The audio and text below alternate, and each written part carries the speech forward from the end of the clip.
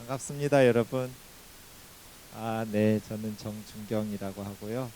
소개하라고 하는데 뭐 아저씨를 알 이유가 있을까요? 싶어서 그냥 간단하게 우면동에 있는 우면동교회 목사라고만 소개하겠습니다. 자, 14페이지 3장 21절에서 31절까지 조별로 첫 번째 질문을 드릴 테니까 의논해 보세요. 하나님께서 우리에게 원하시는 것은 무엇일까요? 제가 옆으로 쓴 거는 앞에 화면 잘 보라고. 하나님께서 우리에게 원하시는 것이 무엇일지 한번 의논해 보세요. 하나님께서 우리에게 요구하시는 것이 뭐지? 이렇게 두 가지예요. 하나님께서 우리에게 요구하시는 것은 두 가지.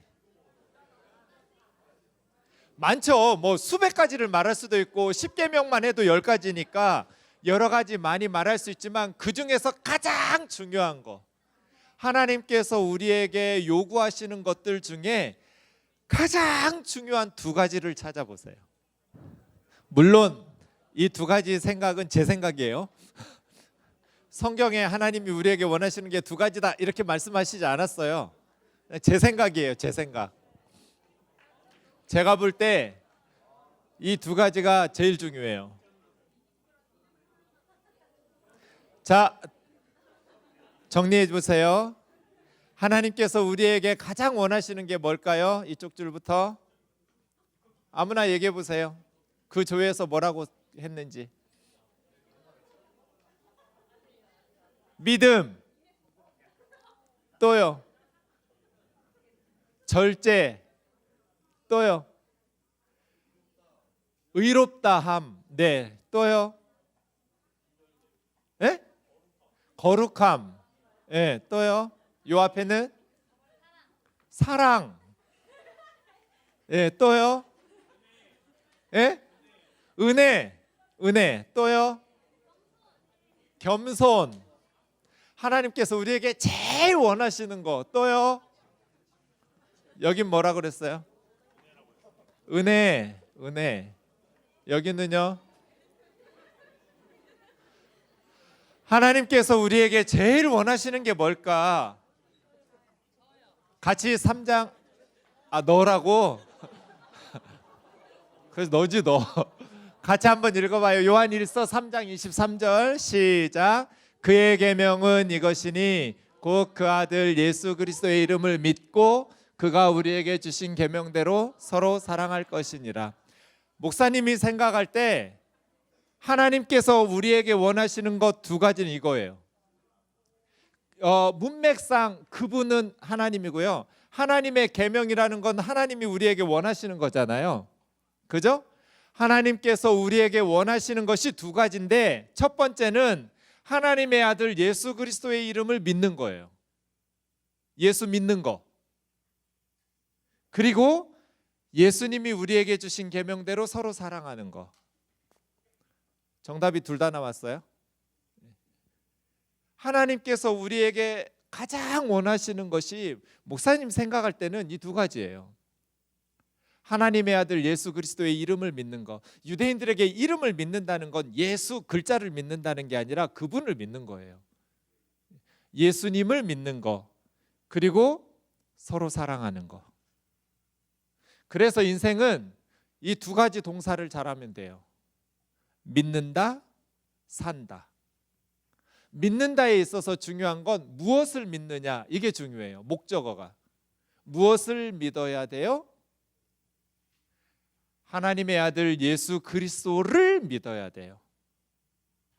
산다라는 동사에 있어서 중요한 건 어떻게가 중요해요. 어떻게 살까? 어떻게 살아요?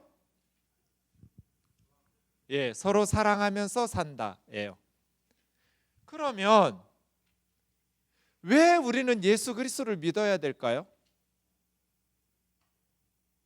왜 하나님의 아들 예수 그리스도를 믿어야 할까요? 왜? 왜 예수님 믿어야 돼요? 구원 때문이에요. 구원의 문제가 아니라면 굳이 예수를 믿을 필요가 없어요. 이거 녹화되죠? 인터넷에 혹시 올라가요? 편집할 수 있죠? 못해요? 할 수 있어요? 아, 실시간으로 올라가요 지금? 지금 방송되고 있어요 인터넷으로? 그러면 보안상 네 말하면 안 되겠네요. 제가 세례준 애들이 위험한 곳에 지금 살고 있어요. 예수 믿고 세례 받았다는 거 들키면 총살이에요. 죽어요. 그런데 왜 굳이 예수 믿어야 돼요? 제가 제일 가슴 아파하는 애가 지금 부산에 살고 있는데 북한에서 왔어요. 엄마 아빠가 예수 믿다가 발각돼 가지고 총살당했어요. 그러면 딸인데요. 이 딸은 어떻게 됐겠어요? 친척들이 돌봐줬을까요? 동네 어른들이 돌봐줬을까요? 어제까지 친하게 지냈던 동네 어른들이 엄마 아빠가 크리스찬이라는 것이 발각되고 총살된 직후부터 외면하기 시작했어요. 이 어린 아이들은 어떻게 됐을까요? 꽃제비가 됐죠. 거리에서 구걸하다가 성폭행당하고 굶어 죽을 지경에 이르렀는데 천만다행으로 중국으로 넘어와서 남한으로 왔어요. 이 아이들 예수 안 믿어요. 어떻게 우리 엄마 아빠는 들키면 죽을 줄 알고 자기들이 죽으면 우리 어린 자식들이 그렇게 고통을 받으며 산다라는 것을 알면서 예수를 믿을 수 있냐 이거예요. 지금도 예수 안 믿어요.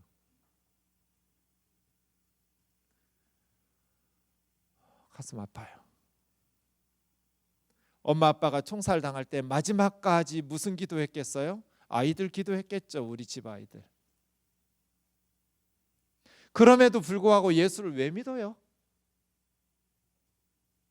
왜 예수를 믿으라는 거예요? 하나님은 구원 때문이에요. 다른 이로서는 구원을 받을 수 없나니 천하 사람 중에 구원을 받을 만한 다른 이름을 주신 적이 없어요. 그렇지 않아요? 구원의 문제가 아니라면 굳이 예수를 뭐하러 믿고, 복음을 전하다가 저한테 성경 배운 선교사가 예멘에 가서 총살당했어요. 엄마는 돌아가셨고 아빠는 알코올 중독이고 여동생 하나는 정신 제대로 살 수 없어요. 네 식구가 있었는데 두 사람만 멀쩡했어요. 멀쩡한 두 사람 중에 엄마는 먼저 돌아가셨고 멀쩡한 딸 하나가 알코올 중독인 아버지와 정신 이상인 여동생을 놔두고 무슬림 국가로 선교하러 선교사로 갔어요. 이 복음에 대한 열정이 너무 뜨거워서. 그런데 갑자기 무슬림들이 지나가는 버스 총으로 세워놓고 선교사들 끄집어내가지고 다 총살시켰어요. 거기에 우리나라 선교사가 한 명이 포함됐어요. 왜?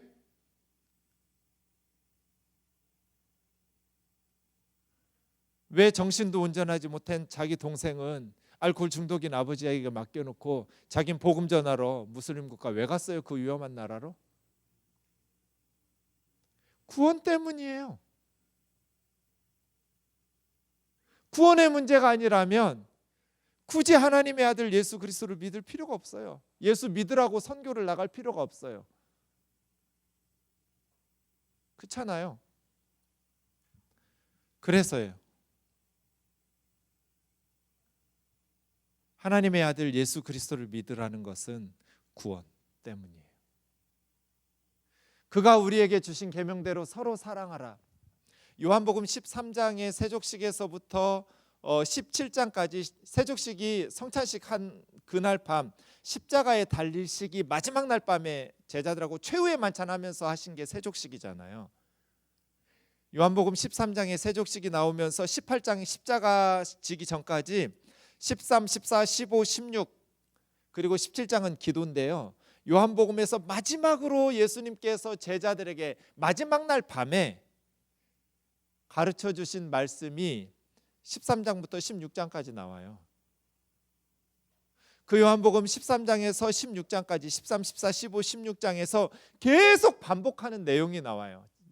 예수님이 십자가를 지시기 전날 밤에 마지막으로 사랑하는 제자들에게 유언처럼 남겨놓았던 메시지, 계속 노래 후렴처럼 반복되는 말은 내 계명은 내가 너희를 사랑한 것 같이 너희도 서로 사랑하라는 거였어요. 이게 예수님의 마지막 유언 같은 거예요. 그래서 하나님이 우리에게 원하시는 것, 하나님의 계명은 이것이니 그의 아들 예수 그리스도의 이름을 믿는 것, 예수 믿는 것. 왜? 구원 때문에. 그리고 예수님께서 우리에게 주신 계명대로 우리가 서로 사랑하는 것. 내 계명은 내가 너희를 사랑한 것처럼 너희도 서로 사랑하는 거라고. 그래서 목사님 생각할 때 인생에 있어서 정말 중요한 게 두 가지 동사인데, 하나는 믿는다. 무엇을? 예수 그리스도를. 산다. 어떻게? 예수님이 우리에게 주신 계명대로 서로 사랑하면서 산다. 인생은 이 두 가지만 잘하면 돼요. 신앙생활은 결국 이 두 가지예요. 그렇지 않을까요? 가끔 교회에서 아이들 공부하는 거 보면 진짜 안타까운 아이들이 있어요. 중간고사나 기말고사 볼 때 시험 끝나고 나면 제가 물어요. 너 시험 망쳤지? 목사님 어떻게 하셨어요? 너가 시험을 망치도록 공부를 하더라. 미리 좀 가르쳐 주시죠. 공부가 뭐 자기가 알아서 하는 거지 가르쳐 준다고 하나? 근데 저 시험 망칠 줄 어떻게 아셨어요? 너 공부하는 거 가만히 보니까 시험을 못 보게 공부를 해. 열심히 공부하는데 그런 식으로 공부하면 안 돼. 달달달달 외워요. 이것만. 핵심을 짚어서 전체를 봐야죠. 숲을 보고 나무를 봐가면서 공부를 해야지. 어떤 문제가 나와도 풀 수가 있지. 한쪽만 판다고 돼요? 안타까워요. 인생도 가끔 안타깝게 사는 애들이 있어요. 핵심을 짚어야죠. 비본질적인 것 가지고 판다고 인생이 제대로 사라지고 신앙생활 제대로 되냐고요. 인생도 신앙생활도 본질, 핵심을 강화시키는 게 중요해요. 우리 신앙생활의 본질과 인생의 본질은 믿는다와 산다예요. 그래서 여러분의 믿음을 성숙하게 강화시켜야 되고 여러분의 사랑하면서 사는 삶을 습득해야 돼요. 맘만 먹으면 믿을 수 있는 거 아니고 맘만 먹으면 사랑할 수 있는 거 아니에요. 천만의 말씀이에요. 그럼 이 세상은 벌써 행복해졌게요? 천국 될게요? 사랑한다는 거 그렇게 쉽지 않아요. 믿는다는 것도 그렇게 쉽지 않아요. 그래서예요. 오늘과 내일 이틀 동안 3번의 로마서를 통해서 이 두 가지를 집중하려고 해요. 믿는다, 산다. 왜 로마서를 가지고 이러한 일들을 하려고 하냐면 로마서에 대한 이야기들을 좀 해보려고 해요. 네. 바울은 로마서를 왜 썼을까요? 이 편지죠. 로마 교회에 보낸 편지예요. 편지를 왜 썼는지를 알아야 편지 내용을 제대로 파악할 수 있겠죠. 그죠? 바울은 로마 교회 편지를 왜 썼어? 그걸 알아야 로마서의 내용을 제대로 파악할 거잖아요. 조별로 의논해 보세요. 바울이 로마에 편지를 왜 썼는지. 시작. 별로 많이 맞출 것 같지 않아서 시간을 준다고 해도. 자, 이번 CBA 겨울 수련회 본문이 로마서라는 것을 알고 집에서 읽어오신 분들도 있을 거고 로마서가 본문이라는 것을 여기 와서야 아는 사람도 있었을 거고 다양할 거예요. 자, 바울은 로마서를 왜 썼을까요? 복음을 전하려고. 또요? 에? 로마 교회가 뭐 잘못한 게 있어서 바로 잡아주려고. 또요? 로마 교회가 힘든 게 있어서 박해 때문에 박해 중에 있는 로마 교회의 힘든 교회를 격려하려고. 또요? 바울은 로마에 왜 편지를 썼을까? 예? 가려고 했는데 가지를 못해서. 네, 좋은 대답이에요. 또요? 멀어서. 아, 멀어서. 그렇지. 뭐 가까웠으면 가서 말했겠지. 편지를 왜 쓰겠어? 또요. 복음을 전하려고. 네. 또요. 바울은 왜 로마 교회에 편지를 썼을까? 여러분, 바울 서신이 13개가 있는데요. 바울 서신 중에 로마서 좀 독특해요. 다른 바울 서신하고 다른 점이 하나 있어요. 희망을 주려고. 예. 또요. 다른 바울 서신하고 로마서하고 차이점이 뭘까요? 예컨대 에베소서, 빌립보서, 골로새서, 데살로니가, 전후서 뭐 이런 편지들하고 로마서와 차이점이 뭘까요? 길어요. 네. 로마서가 제일 길어요. 오! 그것도 맞는데 고린도 전서도 못지않게 길어요. 맞아요. 길어요. 제일 길어요. 또요. 그런 거 말고 아무려면 내가 긴 거 짧은 걸로 얘기하겠어요? 로마 교회와 로마서와 다른 교회나 개인에게 보낸 편지가 다른 점이 하나 있어요. 사랑이 담겨 있어요. 그럼 다른 편지는 사랑이 안 담겨 있어요? 틀린 줄 알았지? 또요. 다른 로마 서신은 바울이 개척했던 교회예요. 에베소 교회, 빌립보 교회, 데살로니가 교회, 고린도 교회, 다 바울이 선교하면서 세웠던 교회들이 바울이 다른 지역에서 선교할 때 그 교회에서 어떤 문제점들이 발생돼서 바울이 그 교회의 문제점들에 답하기 위해서 보낸 편지들이죠. 그런데 로마 교회는 바울이 개척하고 선교했어요? 아니죠. 이게 차이점이에요. 바울은 로마에 간 적이 없어요. 로마에 가서 선교해서 세운 교회가 아니에요. 다른 바울 서신은 바울이 개척하고 선교해서 세웠던 교회의 문제들이 발생해서 쓴 편지들인데 로마 교회는 자기가 개척했던 교회에 문제가 발생해서 쓴 편지가 아니에요. 이게 차이점이에요. 그럼 바울은 로마 교회 편지를 왜 보냈을까? 이 부분을 언급하는 부분이 15장에 나와요. 15장 14절에서 33절까지 제가 한번 볼게요. 내 형제들아, 지금 편지 다 썼어요. 1장 1절에서부터 15장 13절까지 쓰고, 너희가 스스로 선함이 가득하고 모든 지식이 차서 서로 권면하는 자들인 것은 나도 확신한다. 너희가 몰라서 가르치려고 이 편지를 쓴 것이 아니라 너희도 서로 다 지식이 차서 알고 있는 것 알지만 다시 복음에 대해서 생각나게 하려고 하나님께서 내게 주신 은혜로 말미암아 더욱 담대히 대략 좀 썼다. 편지를 왜 썼는지 이야기하면서 하나님께서 내게 주신 은혜는 이방인들을 위해서 복음의 제사장이 돼서 이방인들에게 복음을 전하는 이방인 선교사의 직분 감당하는 것. 그러므로 내가 그리스도 예수 안에서 하나님의 일에 대하여 자랑하는 것이 있지만 이방인들을 순종하게 하기 위해서 나를 통하여 역사하신 것 외에는 내가 감히 말하지 아니하겠노라. 이방인 선교는 말로만 된 게 아니라 행위로, 표적과 기사의 능력으로, 성령의 능력으로 이루어졌다. 지금까지 이방인 선교가 그렇게 이루어졌는데, 그리하여 내가 예루살렘에서부터 두루 행하여 일루니곤까지 그리스도의 복음을 편만하게 전했다. 지금 로마서를 쓰고 있는 시점에서 예루살렘에서 일루니곤, 여러분 성경에서 지명이 나오잖아요. 그럼 반드시 지도를 찾아서 확인해 보세요. 습관적으로 인터넷을 뒤지든지 성경 지도를 하나 구입하든지, 요즘 좋은 지도들 많이 나와요.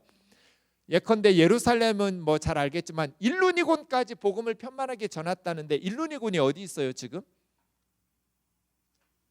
예루살렘에서 시작해서 일루니곤까지 복음을 편만하게 전했다.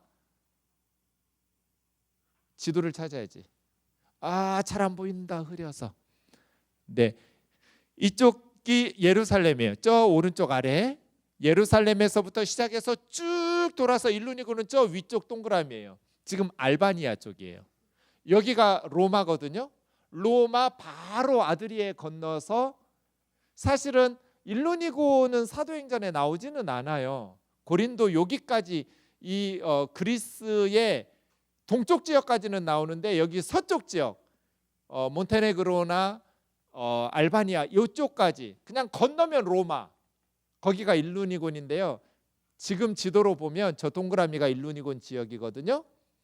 알바니아와 몬테네그로 그쪽, 이제 아드리아에 건너면 여기 이탈리아 로마잖아요. 여기가 일루니곤이에요. 그러니까 예루살렘에서 완전히 복음을 로마 직전까지 다 전한 거예요. 다시 보시면 예루살렘에서부터 두루 행하여 일루니곤까지 그리스도의 복음을 편만하게 전하였노라. 내가 그리스도의 이름을 부르는 곳에는 복음을 전하지 않기를 힘썼노니 남의 터 위에, 남이 터 닦아놓은 데 위에 건축하지 아니하려 함이라. 기록된 바 주의 소식을 받지 못한 자들이 볼 것이요 듣지 못한 자들이 깨달으리라 함과 같으니라. 내가 너희에게 가려 하던 것이 여러 번 막혔더니, 그러니까 로마 교회로 가려고 여러 번 시도했는데 막혔어요. 그때마다 여러 교회, 고린도 교회가 문제가 발생하고 갈라디아에 문제가 발생하고 여러 가지가 막혔었는데, 이제는 이 지방에 일할 곳이 없고 여러 해 전부터 내가 언제든지 서바나로 갈 때, 서바나는 어디예요? 스페인이에요. 스페인으로 갈 때 로마에 거쳐서 가기를 바라고, 이는 서바나로 가는 길에 먼저 너희를 보고 로마 교회 공동체와 사귐으로 얼마간 기쁨을 충전한 후에 너희가 나를 서바나까지 보내주기를 바람이라. 지금까지 바울의 선교 파송하고 후원한 교회는 안디옥 교회였어요. 그런데 이제 로마 제국 동쪽 지역 선교가 끝났어요. 아드리아에 건너면 로마니까. 물론 모든 지역 도시마다 다 교회 개척한 건 아니지만 중요한 도시들마다 교회 개척이 끝나고 선교가 끝났다고요. 이제는 로마 제국 동쪽은 끝났고, 지도로 보시면 저게 로마예요. 가운데 줄이 로마 제국, 저 오른쪽 예루살렘에서 시작해서 일루니곤까지 편만하게 복음을 지중해 지역으로 다 전했고, 이제는 로마 교회 거쳐서 여기가 서바나 스페인이에요. 지금 유럽이죠. 이래서 로마 제국 서쪽 지역을 선교하고 싶은 거예요. 로마 제국 동쪽 지역 선교 끝났고 로마 제국 서쪽 지역에 복음을 전하기를 원했어요. 네. 그러니까 로마서를 왜 썼냐면, 이때가 언제냐면 57년이에요. 주후 57년. 지금 어디서 로마서를 쓰고 있냐면 고린도에서 쓰고 있어요. 바울이 1차, 2차, 3차 선교여행이 있었죠. 3차 선교여행 끝났어요. 고린도에서 10년 걸렸어요. 3차 선교여행 끝내놓고 로마 제국 동쪽 지역의 중요한 도시들마다 선교를 마무리하면서 바울은 이제 로마 교회의 후원을 통해서 서바나까지 로마 제국 서쪽 지역에 선교하고 싶은 거예요. 와, 진짜 대단한 사람 아니에요? 이때 벌써 죽을 때 얼마 안 남았어요. 할아버지예요. 그때 로마 제국의 평균 연령이 한 50쯤 됐다고 하거든요. 50이 채 안 됐다고 그래요. 바울의 나이를 정확하게 우리가 계산할 수 없지만 예수님하고 거의 동시대나 조금 어리거나 이렇게 보거든요. 57년이면 바울의 나이가 50이 넘었어요. 남들 벌써 죽을 나이예요. 그런데 이 할아버지가 그 나이, 그 시대 계산해서 나이로 지금 자기는 남의 터 위에 건축하지 않겠다는 거잖아요. 남들이 터 닦아놓은 데서 선교하고 개척하지 않겠다. 복음을 듣지 못한 곳이 너무나 많은데, 지금하고 달리 아직도 복음을 한 번도 들어보지 못한 도시와 나라들이 수룩한데, 지금 로마 제국 동쪽에 복음 다 전파된 데서 노년을 편안하게 이렇게 나는 선교사로 죽고 싶지 않다는 거잖아요. 복음을 듣지 못한 로마 제국 서쪽으로 복음 들고 가겠다는 거죠. 여러분, 이마에 주름이 있다고 해서 늙은 게 아니에요. 영혼과 정신의 주름이 있는 게 진짜 늙은 거예요. 바울 할아버지 같은 사람은 저 노년이 새로운 열정을 가지고 개척하겠다는 거잖아요. 그런 거 보면 나는 진짜 한국교회 세습에 대해서 너무 부끄러워요. 남의 터 위에, 그것도 자기 아버지가 닦아놓은 터 위에 그렇게 자신이 없어 인생이? 북한의 3대 세습하고 뭐가 달라요? 뭐 북한도 다 뭐 합법적으로 해요. 지네 법대로. 아버지가 다 터 닦아놓은 거 아들이 거기 눌러 앉아가지고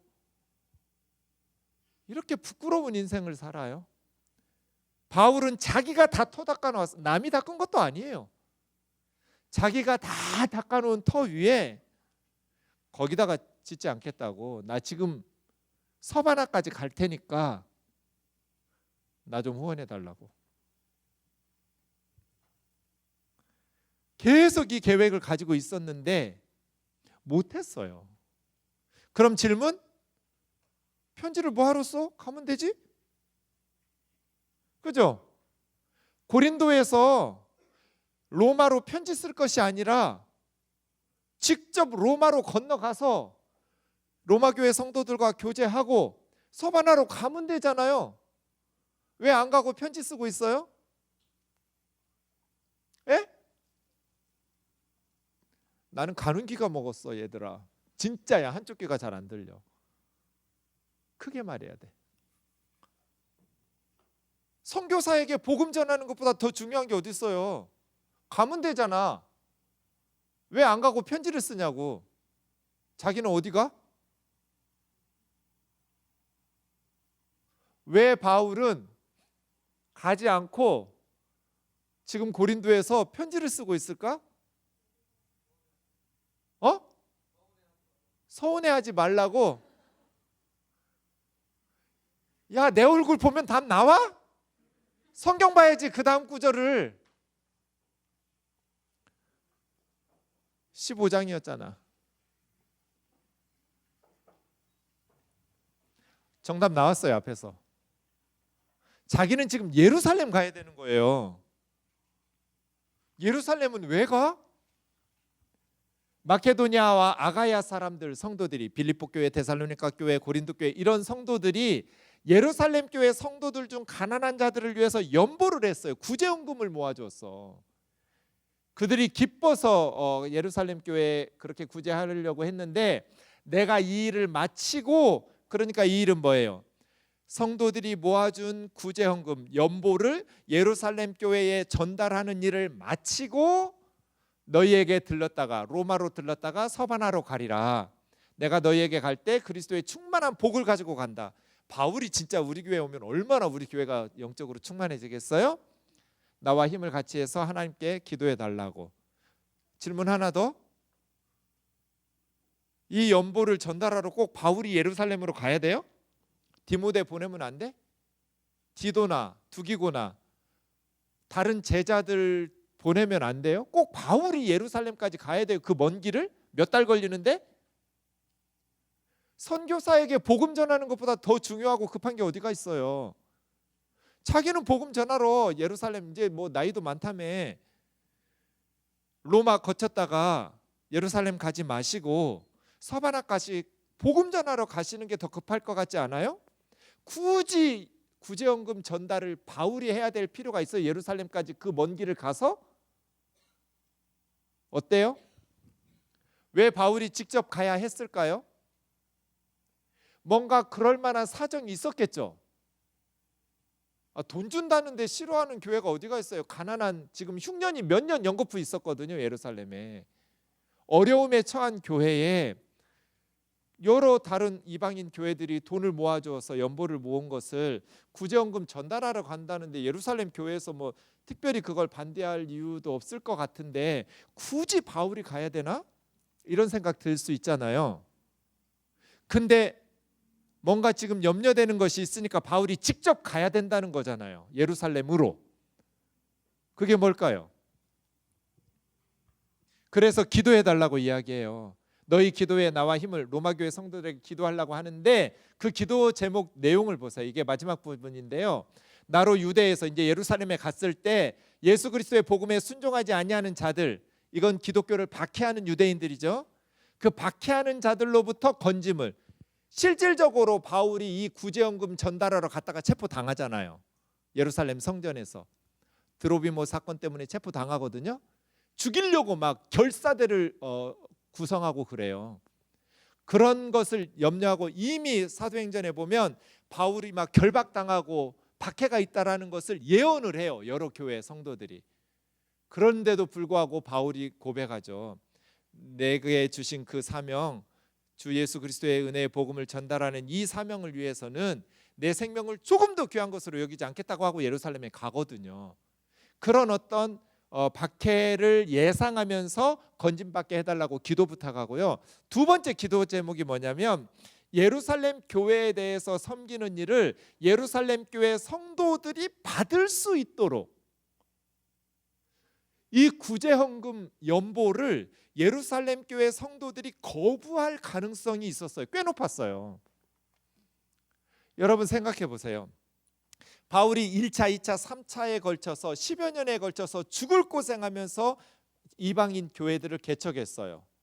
그런데 바울에 대한 악성 루머와 나쁜 비판들은 계속 있었잖아요. 바울 서신들을 보면 그러한 어려움들이 있어서 바울에 대한 굉장히 부정적인 여론들도 있었을 거예요. 그런 상황에 바울이 개척한 교회에서 모아준 이방인 교회의 연보, 구제헌금을 예루살렘 유대인 교회가 받아들인다는 것은 무슨 의미예요? 여러분, 신천지나 하나님의 교회가 불을 예배당에 불이 났다고 해보세요. 그렇다고 그래서 여러분이 돈 모아서 반대로 해야겠네요. 우리 성락교회 불이 났네. 죄송해요. 우리 성락교회 불이 났는데 신천지 교회나 안상홍 증인의 하나님의 교회나 통일교회나 이런 교회에서 돈을 모아서 여러분에게 구제헌금 여러분 불났으니까 예배당 다시 건축하라고 돈을 주면 받을까요? 안 받을까요? 고민해야 돼?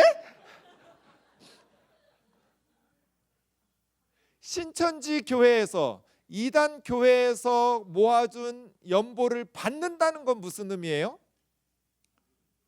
동일한 형제교회, 자매교회라는 거죠. 같은 기독교라는 인정이죠. 그죠? 신천지에서 준 돈을 우리가 받아서 예배당 짓고 한다라는 거는 같은 기독교라는 거예요. 그걸 받지 않는다는 건 무슨 의미예요? 너희는 우리와 너희가 아무리 교회라고 말해도 통일교는 기독교가 아니야. 신천지 교회는 기독교가 아니야. 이거죠. 바울이 개척한 이방인 교회들이 연보헌금을 모아주었어요. 구제헌금을. 이것을 유대인 교회, 예루살렘 교회가 받아들인다라는 것은 뭐예요? 같은 형제교회, 자매교회로 같은 기독교로 인정하는 거예요. 그죠? 그런데 그 바울이 개척한 이방인 교회들이 모아준 연보헌금을 예루살렘 유대인 교회가 받지 않는다는 건 무슨 의미예요? 너희는 우리와 다른 기독교, 너희는 이단이야. 이 말하고 똑같은 말이에요. 이럴 가능성이 꽤 높았어요. 그래서 기도 부탁하는 거예요. 예루살렘 교회의 성도들이 우리가 섬기는 이 구제헌금을 받도록. 물론 예루살렘 교회가 이 구제헌금을 안 받는다고 해서 하나님 앞에서 아무 문제도 없어요. 그런데 땅에서는 문제가 발생해요. 이방인 교회와 유대인 교회는 완전히 다른 기독교가 돼버려요. 하나의 교회가 아닌 거예요. 이 구제헌금을 받아들이지 않으면. 그럴 가능성들이 꽤 있었기 때문에 바울은 그런 위기 사항을 디모데는 해결할 수가 없어요. 그동안 3차에 걸쳐서 선교했던 교회들을 예루살렘 유대인 교회와 한 자매 교회라는 것, 같은 기독교라는 것을 확증한 후에 이게 연보를 받아들이는 거예요. 예루살렘 교회에서. 그것을 해야 마침표 찍는 거예요. 로마 제국 동쪽 지역 선교를. 그걸 확정한 후에 로마 거쳐서 서바나까지 가려고 계획하는 거예요. 나로 하나님의 뜻을 따라 기쁨으로 너희에게 나와 너희와 함께 편히 쉬게 하라. 평강의 하나님께서 모든 사람과 함께 있을지어다. 자, 그러면 지금 바울은 로마서를 왜 썼어요? 주 57년 3차 선교여행 마무리하면서 고린도에서 예루살렘으로 구제헌금 전달하러 가기 전에 로마로 편지 하나 써서 보낸 거죠. 그러면 다른 바울 서신은 바울이 직접 말로 개척했던 내용들이 바울의 복음을 다 잘 알고 있으니까 이 로마서의 내용을 쓸 필요가 없지만 로마 교회는 바울이 개척한 교회가 아니죠. 그래서 바울이 그동안 전해주었던 한 20여 년 동안 선교사로 나가기 전에 10여 년, 그리고 선교사로 한 10여 년, 그동안 바울이 예수님을 다메섹 도상에서 만난 후 20년 넘게 전했던 복음을 로마 교회에 써준 거예요. 내가 그동안 이런 복음 전했어. 그리고 너희가 앞으로 나를 후원해주면 이런 복음을 전할 거야. 서바나까지 후원해줘. 이거예요. 왜냐하면 바울에 대한 나쁜 소문들이 많으니까, 바울에 대한 오해에 대한, 특히 그래서 로마서 9장, 10장, 11장에 이스라엘 얘기를 길게 하는 거예요.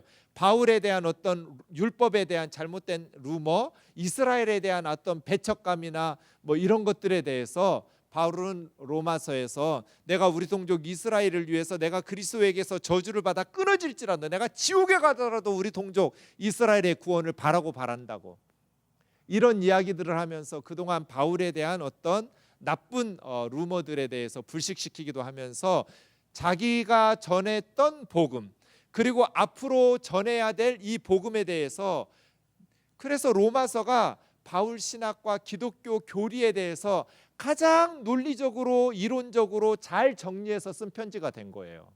나 이런 복음 전할 테니까 후원해 달라고, 나 이런 복음 지금까지 전해 왔었다고.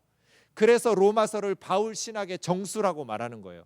다른 교회들은 이미 말로 다 몇 년씩 몇 달씩 있으면서 개척한 내용을 로마 교회는 자기가 가서 전한 적이 없으니까 후원을 부탁하면서 이런 식의 복음을 전할 테니까 나 후원해 달라고. 바울이 로마서 왜 썼는지 아시겠죠?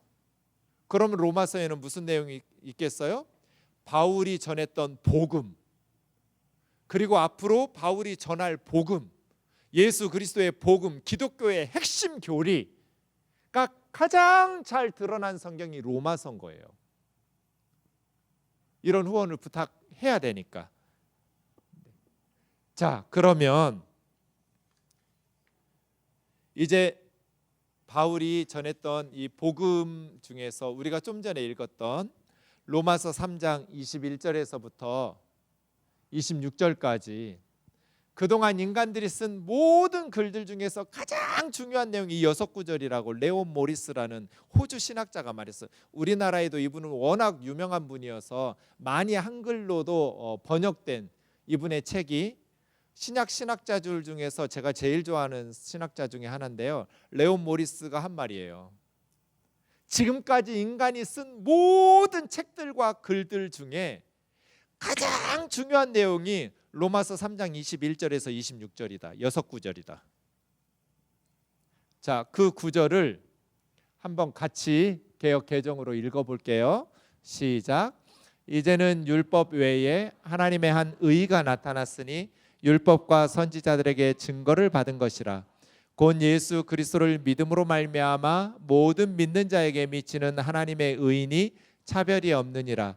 모든 사람이 죄를 범하였음에 하나님의 영광에 이르지 못하더니 그리스도 예수 안에 있는 속량으로 말미암아 하나님의 은혜로 값없이 의롭다 하심을 얻은 자 되었느니라. 이 예수를 하나님이 그의 피로써 믿음으로 말미암는 화목제물로 세우셨으니 이는 하나님께서 길이 참으시는 중에 전에 지은 죄를 간과하심으로 자기의 의로우심을 나타내려 하심이니 곧 이때 자기의 의로우심을 나타내사 자기도 의로우시며 또한 예수 믿는 자를 의롭다 하려 하심이라. 이 부분이 이제 복음에 대해서 가장 중요하게 이야기하고 있는 내용인데요. 팀별로 핵심 구절 6구절 중에 핵심 구절을 찾아보세요. 성경은 언제나 해석해서 적용하는 거예요. 그죠? 어떤 본문이든지 딱 두 가지 해요. 우리는 해석하고 적용해요. 해석은 제대로 해석하려면 성경이 쓰여진 그때 그 자리에 가야 돼요. then and there예요. 로마서를 바울이 쓰던 2000년 전에 그 로마 교회 상황에서 해석을 해야 제대로 해석하겠죠. 2000년 후에 지금 서울의 입장에서 본문을 해석하려고 하면 엉뚱한 해석이 돼요. 대는 대어 원칙을 지켜서 해석한 후에, 해석할 때 핵심 구절을 찾아보라는 것은 무슨 내용인지 파악이 돼야 핵심 구절을 대답할 수 있기 때문이에요. 그렇게 해석을 먼저 한 후에 now and here가 적용이죠. 지금 이곳에서 이 본문이 우리에게 요구하는 순종은 무엇인가? 내가 이 본문을 통해서 적용하면서 순종해야 될 것이 무엇인지를 파악할 수 있도록. 자, 여러분 다시 14페이지, 그리고 여러분 성경 보면서 팀별로 의논해 보세요. 핵심 구절이 몇 절인지 찾아보는데, 핵심 구절이 몇 절인지 찾으시려면 모르는 단어나 모르는 말은 물어야 돼요. 그래서 그냥 질문해요. 그 안에서 아는 사람이 대답해 주세요. 모르는 단어, 이게 무슨 단어야, 이게 무슨 뜻이야, 아무나 질문하고요. 여러분 팀원 중에서 알고 있는 사람이 대답해 주세요. 시작. 21절에서 26절까지. 그래서 한 구절을 찾으세요. 이 6절 중에 핵심 구절이 몇 절인지. 모든 본문 소그룹은 이런 식으로 하세요. 시작. 다시 한번 21절에서 26절을 읽으시면서 다시 한번 읽어보면서 모르는 단어, 모르는 말, 이게 무슨 뜻인지 모르겠다 하면 질문하세요. 그리고 아는 사람이 대답해 주세요. 여러분이 능동적으로 이렇게 공부를 해야 돼요. 수동적으로 듣는 거 금방 잊어버려요. 스스로 찾아서 주도적으로. 자, 이제 목사님 보세요. 21절, 22절, 23절, 24절, 25절,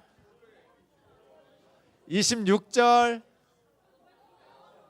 정답은 없어요.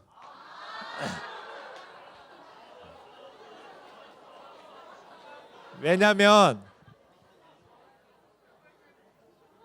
이 질문을 드린 것은 성경을 모르는 걸 해결해 가면서 해석하라는 거지, 몇 절 어떤 단락은 딱 드러나는 핵심 구절이 있기도 해요. 그런데 어떤 단락은 성경은 이 구절 같기도 하고 저 구절을 핵심 구절이라고 해도 될 것 같고, 이런 단락들도 많아요. 목사님 볼 때는 22절도 답이 될 수 있고요, 24절도 될 수 있고요, 5절이나 6절도 가능하다고 봐요. 근데 어쨌든 중요한 것은 21절 뭐 할 수도 있죠 뭐. 네. 자, 그럼 하나씩 해석해 볼게요. 우리 먼저 해석하고 적용을 짬뽕 시키면 안 돼요. 둘로 딱 분리하세요. 우선 먼저 해석부터, 그리고 나서 적용을 나누는 거예요. 자, 이제는 율법 외에, 이 말은 무슨 말이에요? 율법이 제일 중요하다는 말이에요, 저 말이? 그렇죠. 율법의 방법이 아니라, 이런 의미죠. 율법의 방식으로는 하나님의 의를 얻을 수 없다, 이런 뉘앙스잖아요. 율법의 방식이 아닌, 그럼 율법 외에, 율법의 방식이 아니면 어디에 하나님의 의가 나타난 거예요? 율법 안에 나타난 게 아니라 하나님의 한 의가 어디에 나타나요? 이게 복음이에요. 로마서에 보면 율법을 지켜서 의롭다함을 얻을 수 있는 게 아니라 율법 외에, 율법의 방식이 아닌, 그럼 무슨 방식으로? 예수 그리스도를 믿는 복음 안에, 그런 의미거든요. 율법 외에 하나님의 한 의가 나타났으니, 하나님의 의라는 말이 계속 나오는데 하나님의 의가 뭐예요? 하나님의 의? 하나님의 의는 무슨 뜻일까요? 네? 하나님의 의. 22절에도 하나님의 의. 하나님의 하나의 의. 좀 더 넘어가 볼게요.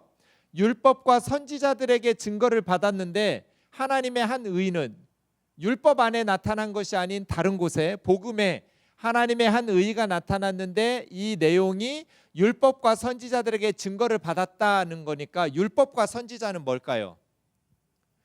구약 성경에, 쉽게 말하면 구약의 하나님의 말씀인 구약 성경에 이미 증거를 받은 것이다. 예언해 놨던 것들이야. 곧 예수 그리스도를 믿음으로 말미암아, 이것은 율법을 지켜서가 아니라 예수 그리스도를 믿음으로 말미암아 모든 믿는 자에게 미친다라고 말했는데, 이거는 뭐 정신이 이상하다라는 미친 게 아니고 예수 그리스도를 믿는 모든 사람에게, 이게 원문은 에이스인데요, 깨졌는데 그리스 말이 에이스라는 말은 영어로 하면 into예요. 밖에서 안으로 들어갈 때. 그러니까 하나님의 의는, 하나님의 의가 있어요. 하나님의 의가 예수 그리스도를 믿는 사람 속으로 들어가는 거예요. 이걸 미친다라고 번역했어요. 에이스. 하나님의 의는 예수 그리스도를 믿는 자 안으로 들어가요. 믿는 자에게 주시는, 아는 믿는 모든 사람에게 들어가는 하나님의 의인데 차별이 없어요. 남녀노소 빈부귀천 차별이 없는 하나님의 의를 예수 그리스도를 믿는 사람들에게 주신다. 그러면 하나님의 의는 아직 안 풀렸어요. 여기 더 설명이 필요한 부분 있어요? 이해 안 되는 부분 손 들고. 하나님의 의 빼고. 없어요? 다 됐어요? 네, 그럼 그 다음, 모든 사람이 죄를 범하였음에 하나님의 영광에 이르지 못하더니, 한 사람도 예외 없어요. 모든 사람이 죄를 범하였음에. 로마서 3장 이야기가 끝나고 4장으로 넘어가면 아브라함하고 다윗이 나와요. 아브라함 정말 믿음의 조상으로 사람들을 탁월한 사람이죠. 아브라함이 자랑할 게 있고 의로운 삶인데 하나님 앞에서는 자랑할 게 없어요. 그래서 모든 사람이 죄를 범하였음에 하나님의 영광에 이르지 못하더니, 물론 어떤 사람은 정말 윤리적으로 고상하게 살아요. 높은 도덕적 수준을 지켜가면서 고상하게 사는 사람이 있고, 어떤 사람은 정말 엉망진창으로 악하게 사는 사람이 있어요. 정말 악한 사람이 저 땅속 밑에서 밑바닥에서 살고, 정말 고상하게 윤리적으로 정직하고 바르게 사는 사람이 높은 산 위에서 살고, 그 차이는 엄청나게 크지만 하늘의 별이 손에 안 닿는 건 똑같아요. 하나님의 영광에 이르지는 못해요. 모든 사람이 죄를 범하였음에 하나님의 영광에 이르지 못하더니, 이 말은 뭐예요? 모든 사람이 죄를 지어서 천국 못 간다는 말이에요. 그죠? 구원받을 수 없다. 하나님의 진노를 피할 수 없다.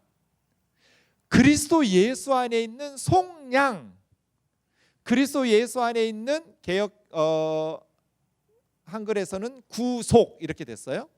제가 전도사 때 고3 아이들 15명 앉혀놓고 성경에서 구속이라는 단어 들어본 사람 15명 다 손 들었어요.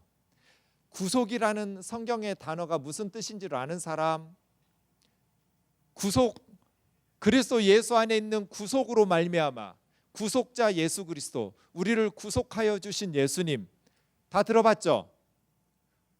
구속의 뜻이 뭐예요? 구속했더니 15명 애들이 다 감옥에 들어가는 걸 구속이라고. 야, 그러면 구속자 예수님이 우리를 감옥에 집어넣는 분이야? 그건 아닌 것 같은데, 구속이 그런 거 아니에요, 전도사님? 너무 어려운. 제가 그 말 듣고 우리 교단 그 교육부에 가서 성경 좀, 아이들 공과 내용을 쉬운 성경으로 바꿔달라고, 어른들 쓰는 걸로 하지 말고.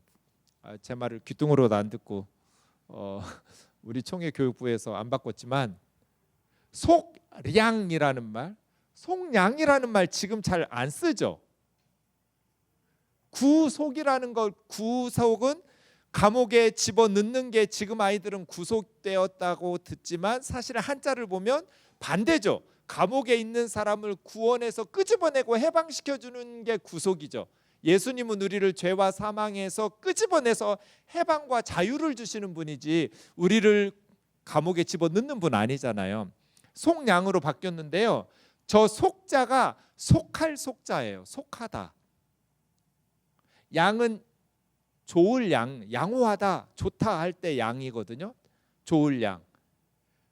속하다라는 게 다 깨졌는데요, 아플리트로시스라는 말은 속하다라는 말을 여러분 그래서 성경을 읽을 때 국어사전 핸드폰 딱 놓고 네이버 국어사전이나 구글 국어사전을 통해서 성경을 파악할 때 굉장히 도움이 돼요. 국어사전이 성경 연구에. 속하다라는 동사 중에 어디에 소속된다, 요즘은 그게 속하는 거죠. 어디에 속한다. 속량, 속할 속, 좋을 양. 어디에 속한다라는 양인데 저 한자 속자는 어디에 소속된다는 뜻이 아니에요. 예전에 100여 년 전에 한국에 선교사님들이 와 있을 때는, 그때는 조선 땅에 노비가 있었어요. 관노, 관청의 노예들이 있었고, 머슴과 종들, 머슴 좀 다른데 관노가 있었고, 사적으로 양반들 집에 사노, 노예들이 있었어요. 그런 노비들이 있었는데 값을 지불하고 주인에게서 그 사람들을, 노예들을 사서 양민으로, 자유인으로 풀어주는 걸 속량이라. 지금은 없어졌어요. 노예가 없으니까 우리나라에. 그런데 선교사님들이 성경 번역할 때는 속량한다라는 말이 아주 흔한 말이에요. 노비를 돈을 주고 값을 지불하고 사가지고 풀어주는 거.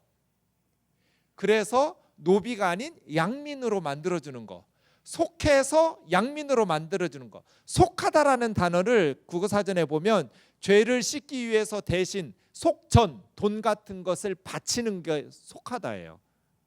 어디에 소속된다는 게 굉장히 중요한 기독교적 용어예요.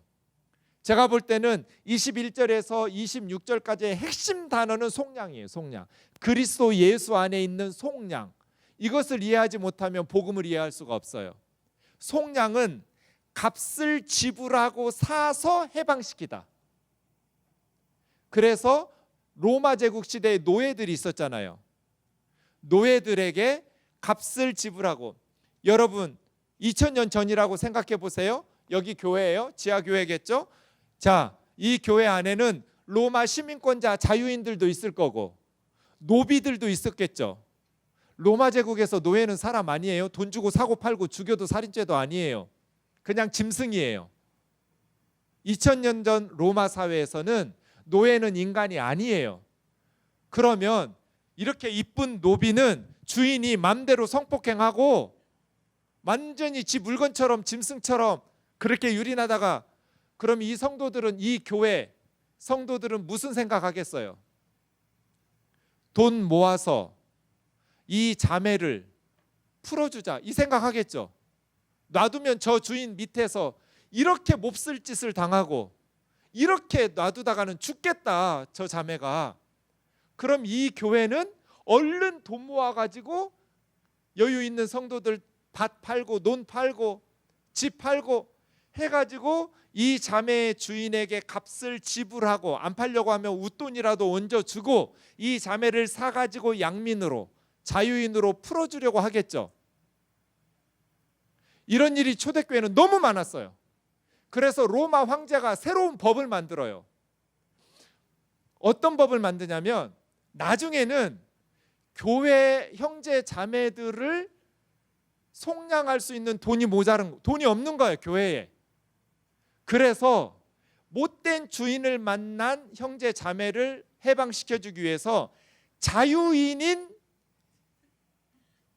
크리스찬이 돈이 없으니까 자기 몸을 노예 시장에 팔아. 그래서 돈을 모아서 이 자매를 해방시켜주는 거야. 그래서 로마 황제가 법을 만들어, 이걸 금지하는 법을. 그럼 이 형제는 뭐가 돼요? 짐승 취급받는 노예가 되는 거예요. 교회에서 돈 모아서 해방시키. 이러니 초대교회에 그렇게 그렇게 300년 이상 동안 로마 교회 박해가 심했는데도 이런 사랑의 실천들이 있으니 초대교회 성령의 역사가 나타나지 않겠어요? 교회로 안 모여들어? 이게 기독교. 로마 제국을 뒤집어 엎은 기독교. 이런 걸 사랑이라고 그래. 사랑은 뭐 뜨거운 감정이나 뭐 선물 주고 받는 게 아니고 예수님이 우리를 사랑해 주신 것처럼 우리도 서로 사랑하는 거. 이런 걸 속량이라고 그래. 속량. 값을 지불하고, 그때 지불하는 돈을 속전이라고 그래. 속전. 속하기 위해서 드리는 돈. 속전을 지불하고 그 사람의 주인에게서 사람을 사서 양민으로. 이게 조선시대에 있었어요. 선교사님이 와보니까 딱 이 아폴리트로시스라는 단어를 속량이라고 번역하면 되는 거예요. 딱 맞는 단어예요. 그럼 그리스도 예수 안에 있는 속량은 뭐야? 이게 예수 그리스도 안에 있는 속량은 십자가죠. 예수님이 자기 몸을 십자가의 값으로 속전으로 지불하고 우리를 죄와 사망의 권세에서 사서 하나님의 딸로 하나님의 아들로 구원받은 하나님의 백성으로 되돌려 놓은 거죠. 그죠? 이게 그리스도 예수 안에 있는 속량. 으로 말미암아, 이것은 그리스도 예수 안에 있는 속량을 통해서, 그리스도 예수 안에 있는 속량의 방식으로, 율법의 방식이 아니라 그리스도 예수 안에 있는 속량으로 말미암아. 이건 은혜잖아요. 율법을 지킨 건 내가 행한 자력이지만 이건 하나님의 선물. 은혜라는 것은 받을 자격이 없는 사람에게 주어지는 선물을 은혜라고 그래요. 받을 자격이 있는 사람에게 주어지는 걸 싹시라고 그래요. 내가 하루 동안 일하고 10만 원 받기로 해서 10만 원 받는 건 싹시죠. 당연히 받아야죠. 자격이 있으니까. 그런데 제가 갑자기 쓰러져 가지고 돈이 없는데 누군가가 수술비를 대줘 가지고 나를 살려주었으면 내가 은혜를 입은 거죠. 값없이. 그게 은혜잖아요. 값없이 의가 또 나왔네요. 하나님의 의. 값없이 의인이라고 하나님께서 인정해 주시는 것. 그래서 앞에서 율법의 방식이 아닌 하나님의 한 의가 나타났는데, 어디에 하나님의 의가 나타났냐면 그리스도 예수 안에 있는 속량 때문이거든요. 값없이 의롭다 하심을 없는 이 의 말이에요. 율법과 선지자들이 이미 구약 성경에서 예언했던 것, 대표적으로 이사야 53장이잖아요. 우리는 그릇 행하여 각기 제 길로 갔거늘 여호와께서는 우리 무리의 죄악을 고난받는 의로운 종에게 담당시키는, 그가 찔림은 우리의 허물을 인하며 그가 상함은 우리의 죄악을 인함이라. 그가 징계를 받음으로 우리가 평화를 누리고 그가 채찍에 맞음으로 우리가 나음을 입었도다. 이게 무슨 얘기예요?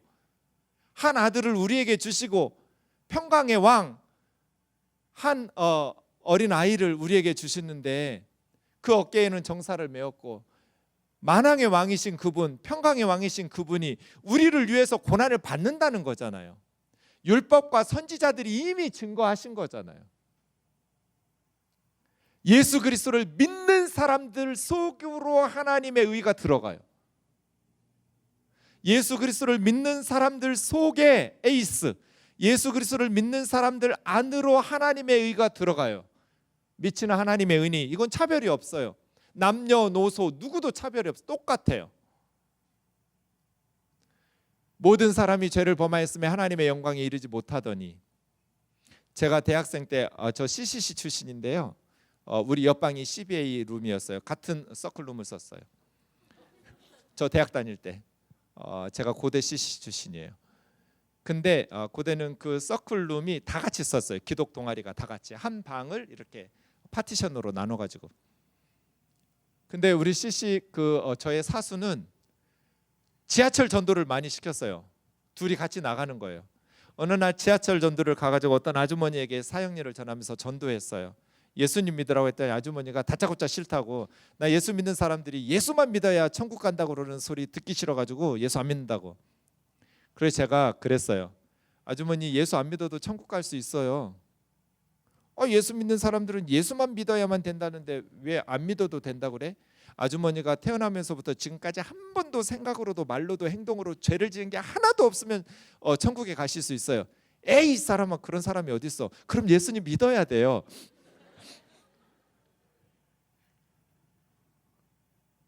태어나면서부터 아주머니가 지금까지 한 번도 죄를 지은 게 없으면 예수 안 믿어도 돼요. 죄가 없는데 왜 지옥 가겠어요?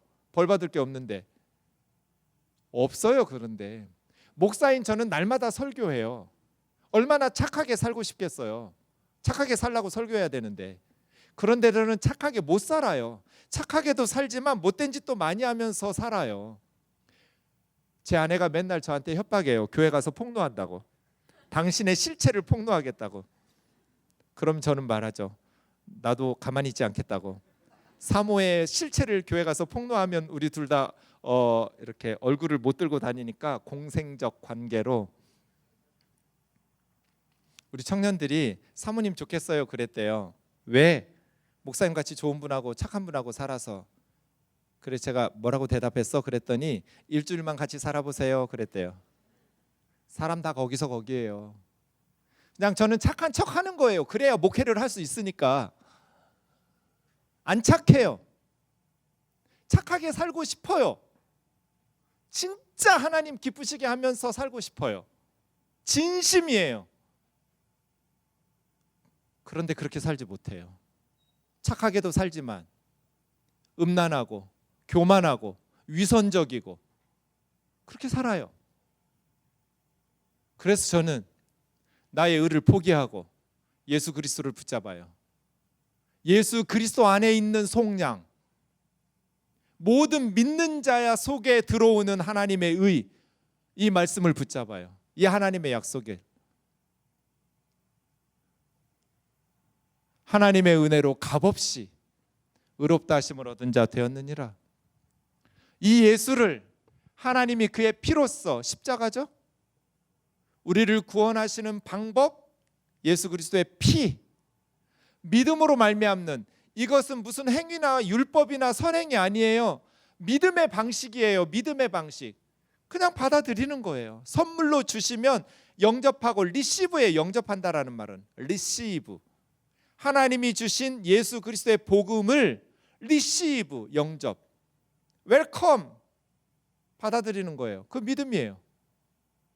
예수님이 나 때문에 십자가에 죽으셨다라는 것을 믿는 것, 나 때문에 하나님의 심판을 받았다라는 걸 믿는 것. 화목제물이라고 해도 되고 속죄제물이라고 해도 돼요.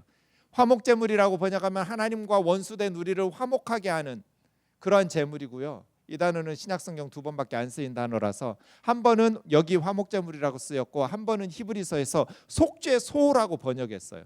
지성소 안에 있는 속죄소, 죄를 씻는, 속하는, 속할 속이에요. 속량하는 그 속이에요. 속죄소, 죄를 씻는 속죄 제물로 세우셨으니 하나님께서 길이 참으셨어요.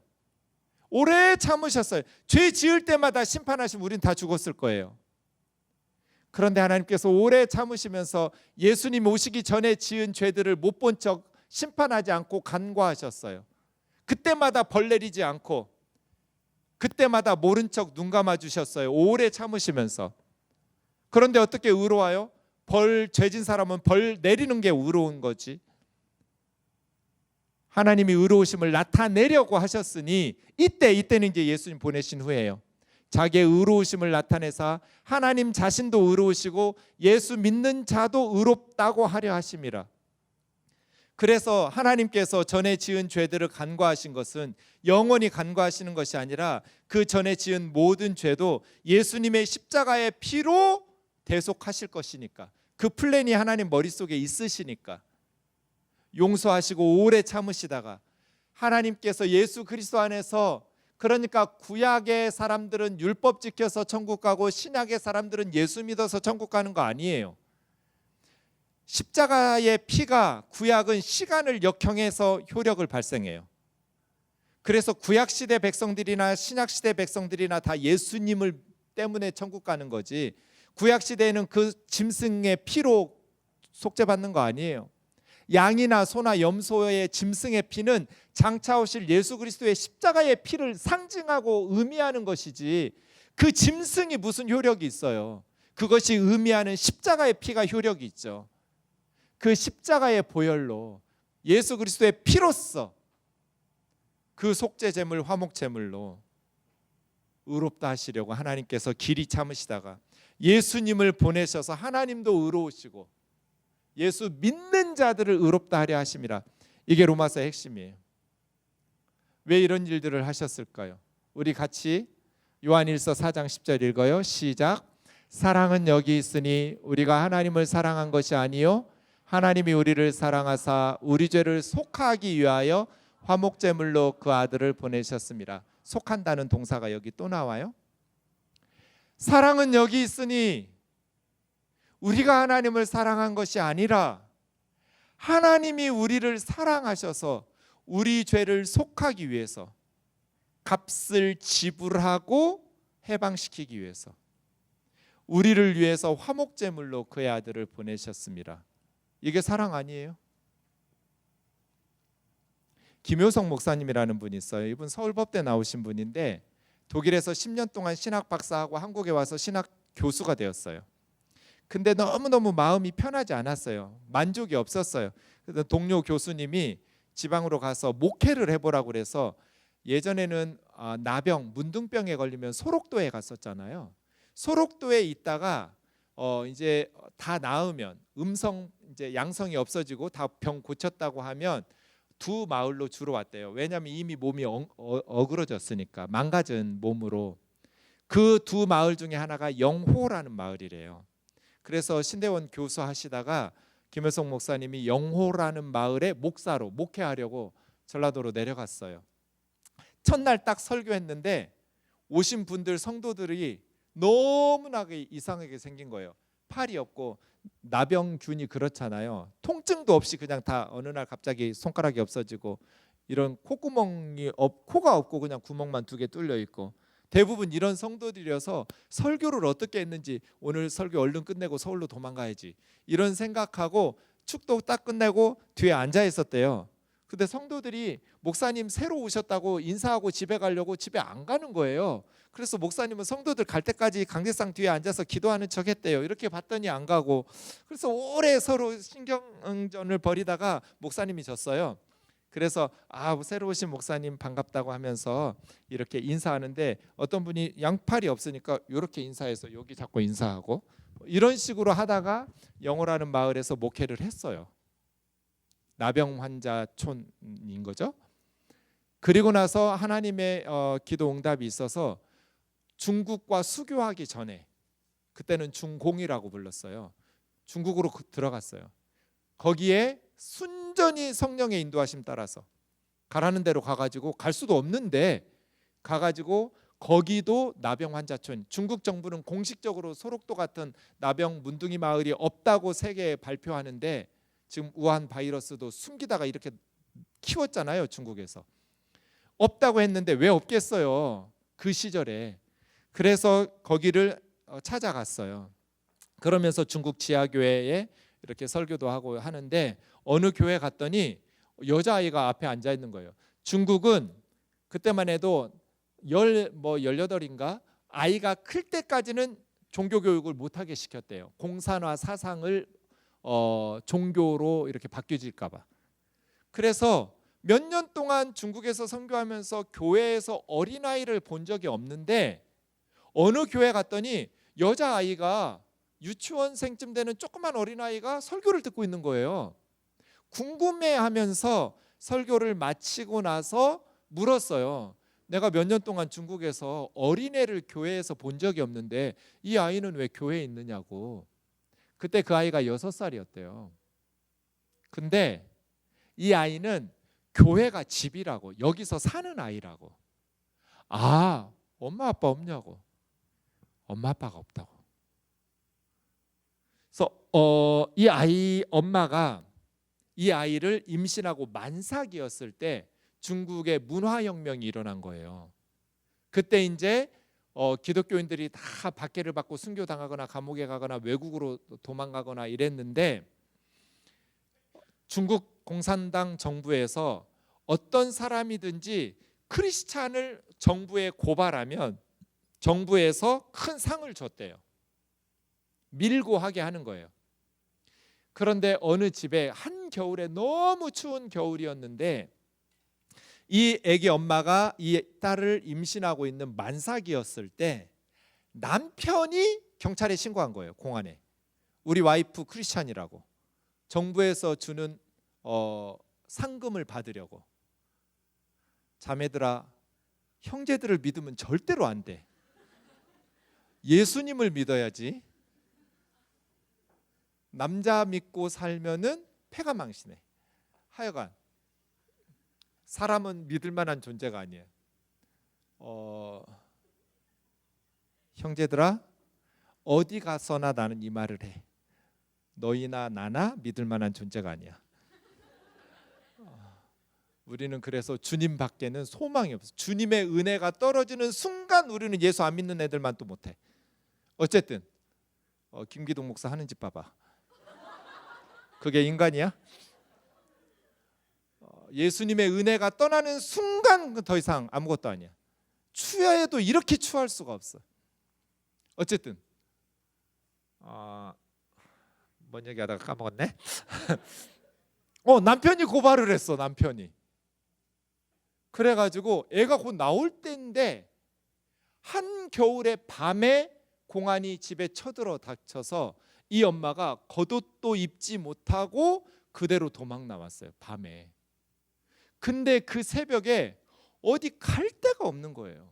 애는 나올 것 같은데. 그래서 이 젊은 엄마가 마지막으로 예배당에 가야겠다 해서 예배 처소 앞에 가서 그 새벽에 혼자 이 딸을 낳은 거예요. 그 다음날 아침에 그 교회의 권사님들이, 할머니들이 장사를 하시는 분들이 있었대요. 시장에서 장사를 하시는 분들이 물건 띄려고 새벽에 나가는데 어떤 젊은 여자가 피를 흘리고 예배당 앞에서 얼어 죽어 있는 거예요. 근데 벌거벗고 있어.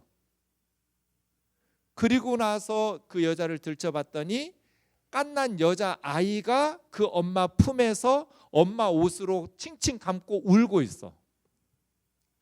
그러니까 이 엄마가 마지막에 아이를 새벽에 낳으면서 이 아이가 얼어 죽을까 봐 자기가 입은 옷을 다 벗어가지고 자기 딸을 칭칭 옷으로 감싸고 자기 품에 안고 자기는 얼어 죽은 거예요. 그 아이인 거예요. 그 여자아이가. 근데 목사님이 가기 1년 전에 5살 때겠죠?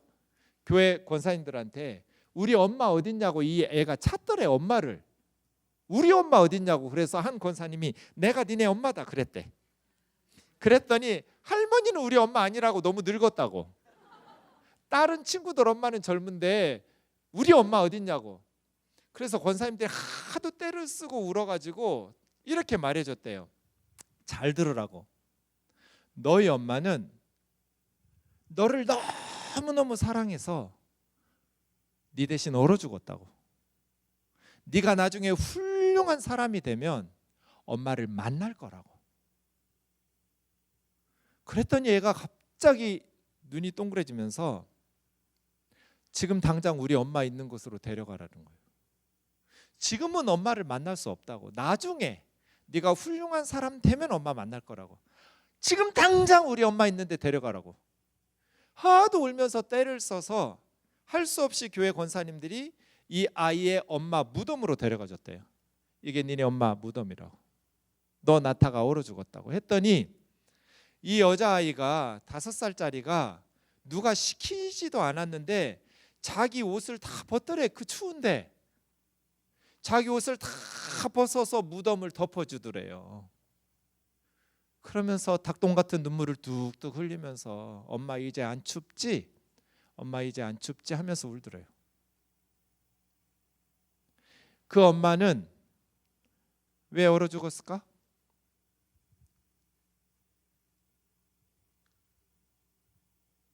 예수님은 왜 벌거벗고 십자가에 오르셨을까요?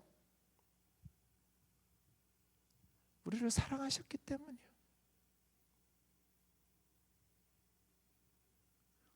우리를 사랑하사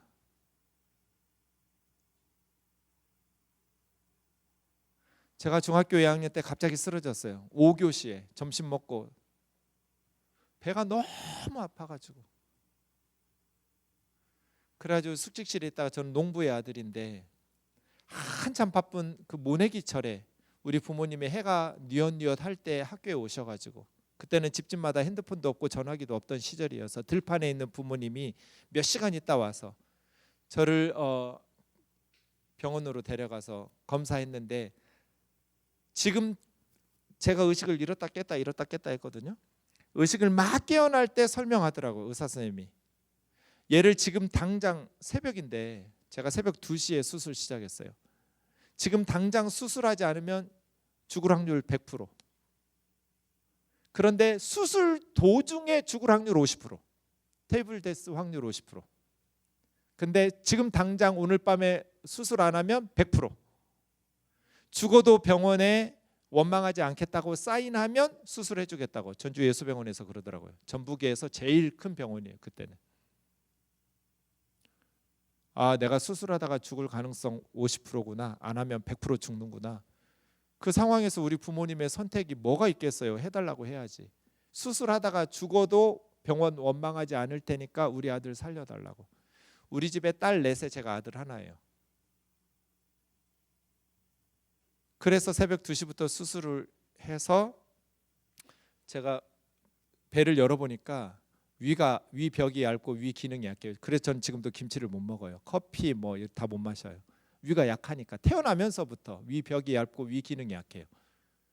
그래서 남들은 궤양이 된 고름이 생길 걸 저는 천공이 된 거예요. 약하니까.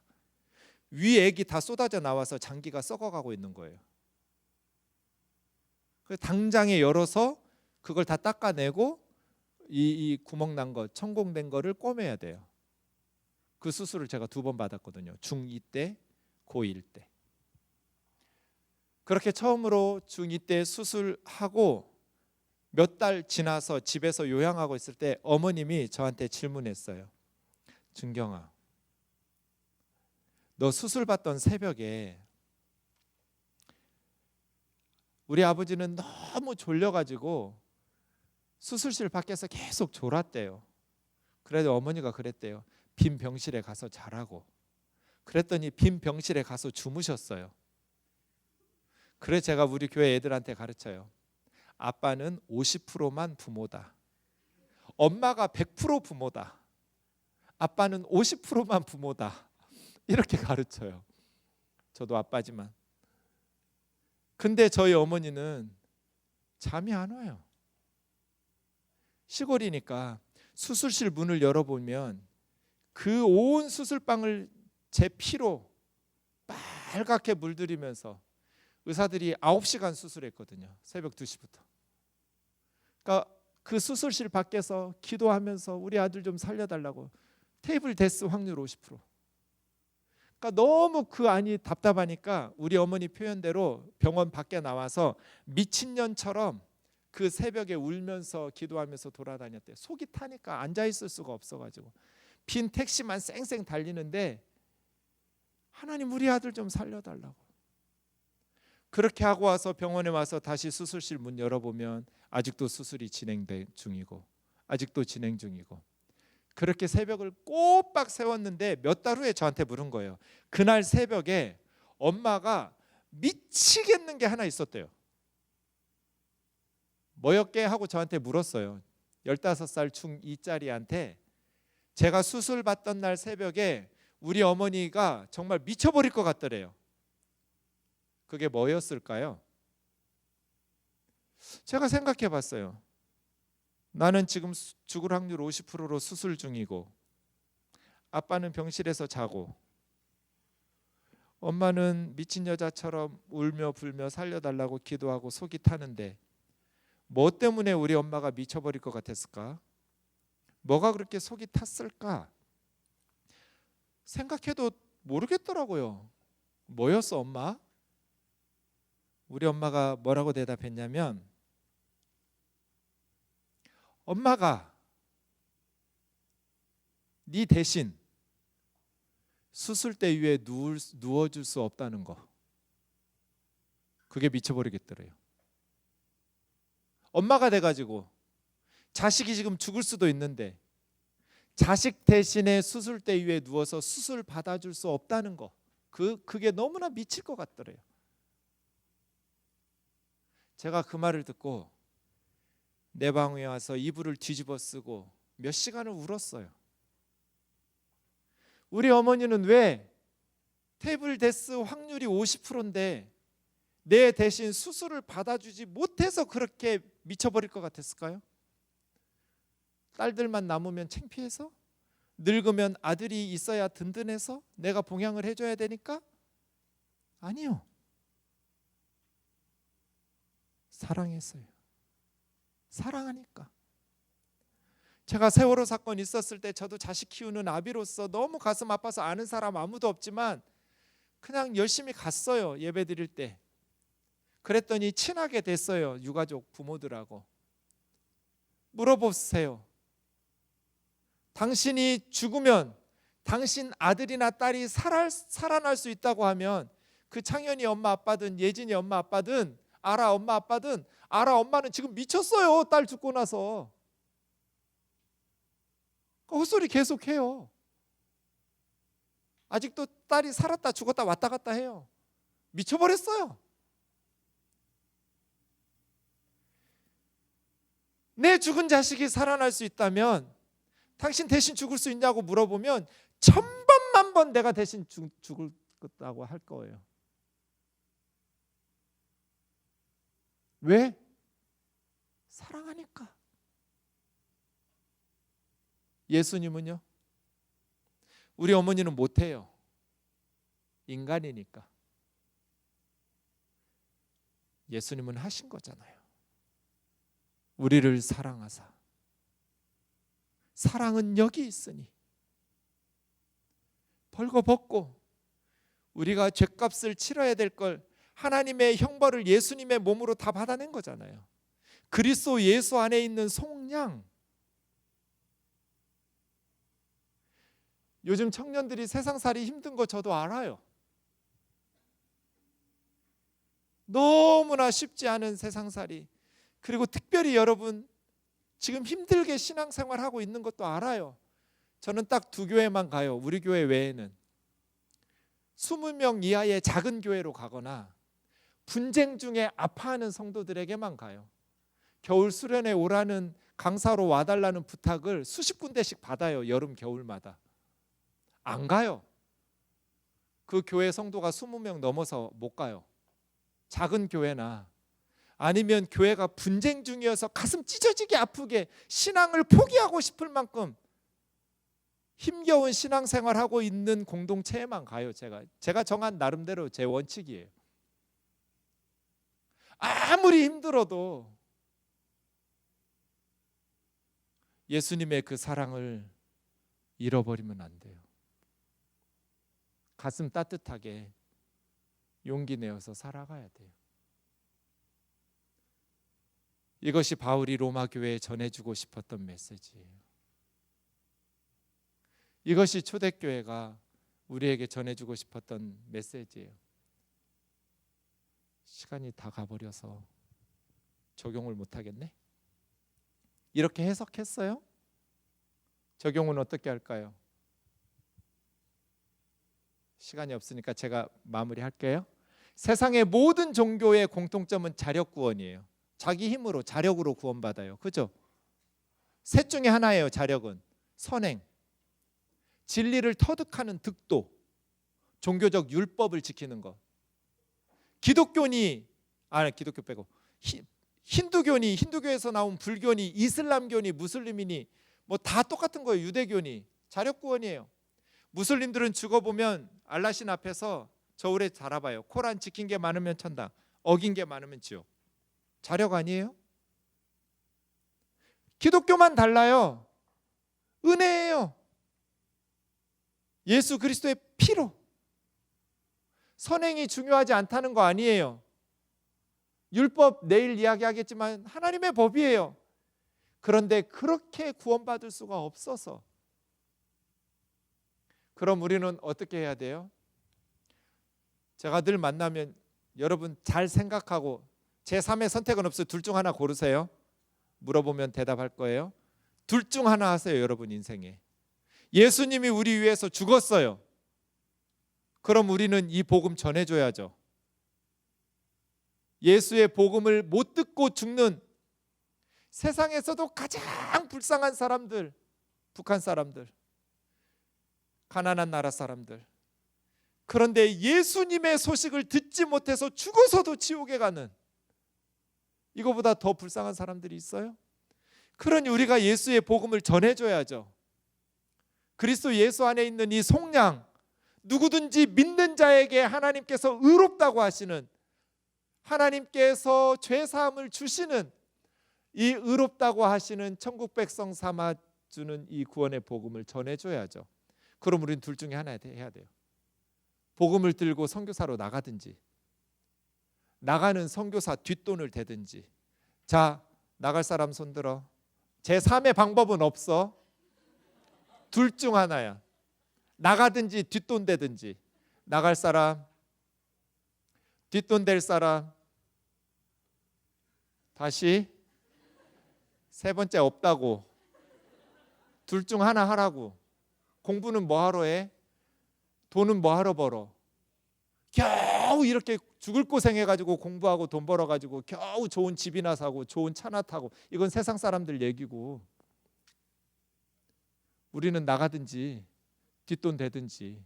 나갈 사람 내리고, 뒷돈 댈 사람. 안 된 사람들은 뭐야? 잘 먹고 잘 살라고? 뒷돈들 열심히 대야, 누군가가 뒷돈을 대야 나가서 선교를 하지. 이게 적용이에요. 여러분의 세대에 단 한 사람도 예수의 복음을 듣지 못하고 죽는 사람이 없도록, 이게 저의 기도 제목이거든요. 단 한 사람도 예수 그리스도의 복음을 듣지 못하고 죽는 사람이 없도록 복음을 전해야죠. 열심히 인터넷 댓글 달고 열심히 예수 그리스도의 복음을 전해야 돼요. 적용을 31절까지 세 가지로 했어요. 바울은 자랑할 때가 있느냐? 우리는 자랑할 게 없어요. 율법으로 선행으로 구원받았다면 자랑할 게 있겠지만 우리는 은혜로 구원받았으니까 우리는 예수님만 자랑해요. 두 번째, 복음은 유대인만의 하나님이냐? 아니요. 예수 그리스도 안에서 누구든지 모든 믿는 자에게 차별이 없이 하나님의 의가 주어져요. 그래서 복음 안에서는 유대인과 이방인의 차별 장벽이 다 허물어져요. 복음 안에서는 다 한 가족이 돼요. 복음은 모든 장벽을 허물어요. 남녀 장벽 허물어요. 민족과 인종과 국가와 모든 것을 복음 안에서 다 허물어요. 이게 두 번째 적용이고요. 믿음으로 말미암아 율법은 폐기하는가? 아니요. 율법 폐기로는 복음이 아니에요. 율법을 도리어 굳게 세우게 될 거예요. 다 했네요. 내일 산다에 대해서 이야기할 거예요. 하나님 우리에게 요구하신 게 두 가지였죠? 첫째는 뭐였어요? 하나님이 우리에게 요구하시는 첫 번째, 예수 그리스도를 믿는다. 왜? 구원 때문에. 사탄이 이걸 알아요. 사탄 이놈은 정말 괴악한 놈인데요. 예수 안 믿는 사람들이 멸망받고 자기도 멸망받을 걸 알아요. 다 아는데 왜 사람들을 미혹해서 멸망으로 갈까요? 예수 왜 못 믿게 할까요? 하나님이 제일 가슴 아픈 게 뭘까요? 부모 앞에서 가장 가슴 아픈 자식이 어떤 아들일까요? 저는 목회하면서 배웠어요. 우리 교회에 6가정이 있어요. 부모 앞에 죽는 자식, 이게 가장 가슴 아픈 자식이에요. 부모보다 먼저 죽는 자식. 이 장례식처럼 슬픈 삶이 없어요. 자식들이 죽고 나면 부모는 더 이상 삶에 희망이 없어져요. 하나님은요, 왜 예수 믿는 게 가장 중요해요? 예수 믿지 않으면 죽으니까, 지옥에 가니까. 사탄이 이걸 알아요. 하나님 가슴을 갈기갈기 찢어 놓는다는 걸 이놈이 알아요. 그래서 우리를 사랑하시는 하나님의 가슴을 찢어 놓으려고 예수 믿지 못하게 하는 거예요. 두 번째는 뭐예요? 예수님이 우리에게 주신 계명처럼 서로 사랑하는 것. 이 두 가지를 잘해야 돼요. 예수를 믿는다, 사랑하면서 산다. 내일은 산다에 대해서 이야기할 거예요. 같이 기도합시다.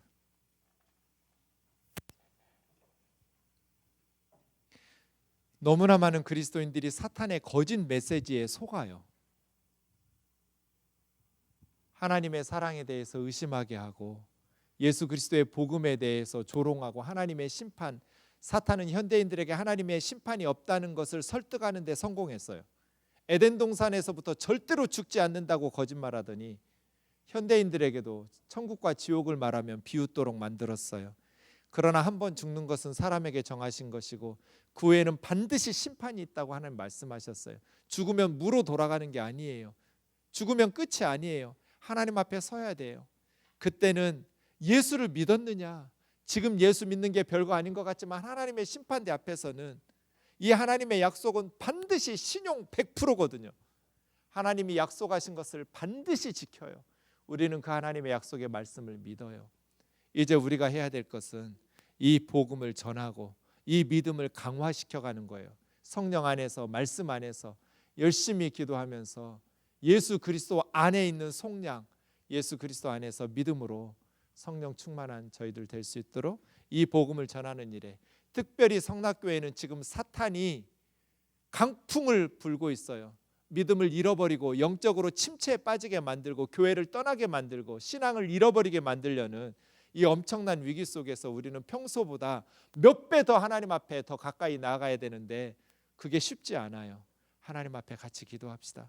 하나님, 우리 교회와 우리 젊은이들, CBA 청년들을 붙들어 달라고, 예수 그리스도 안에서 참된 믿음, 성령 안에서, 성경 안에서 바른 신앙, 예수 그리스도 안에 있는 이 구원의 복음 안에 하나님의 뜨거운 사랑과 십자가의 사랑 안에 우리가 다시 회복되게 해달라고 같이 기도하겠습니다.